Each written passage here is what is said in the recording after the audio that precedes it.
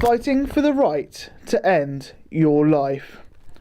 Currently in the UK, it's against the law to use euthanasia or for someone to assist your death.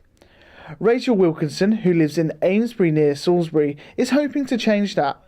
She's currently campaigning for Dignity in Dying, a UK group who believe anybody who is terminally ill and mentally competent should have the right to end their life.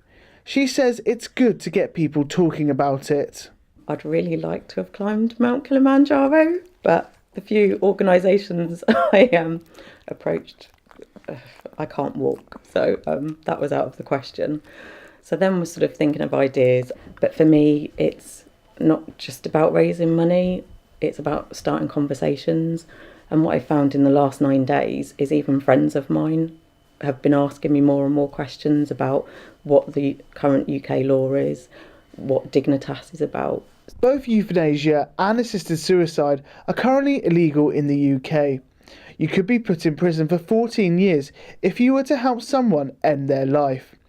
Euthanasia is currently considered as manslaughter or murder under UK law. Rachel says she wants to see them changed. I think it has to have really tight restrictions and be properly implemented. But I think as adults, we make decisions every day that affect our life, our health.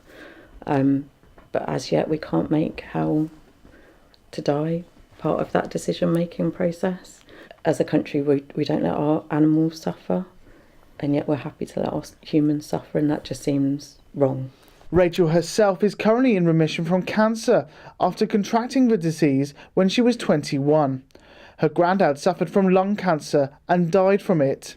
She says he might not have taken the option of assisted suicide up, but he would be supporting her campaign if he was still alive. Probably not. He was a para and quite a hard man, so I think as a generational thing, probably not. But I think if he was here now, he'd fully support me in this. But it wasn't the end you'd want for anyone that you love.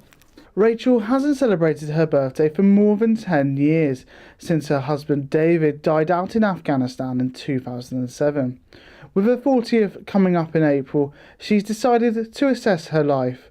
She's now joined Dignitas and has the choice to end her life over in Switzerland. She feels if it was any more limited, it wouldn't be worth living. I wake up in pain, I spend the whole day in pain, I go to bed in pain. Because of this operation I had last year, I can't walk anymore, I can't drive, I can't work. So I feel my quality of life isn't that amazing. If my life was limited much more, then it isn't a life I'd want to live, no. To mark her 40th birthday, she'll also be shaving all of her hair off for Dignity in Dying.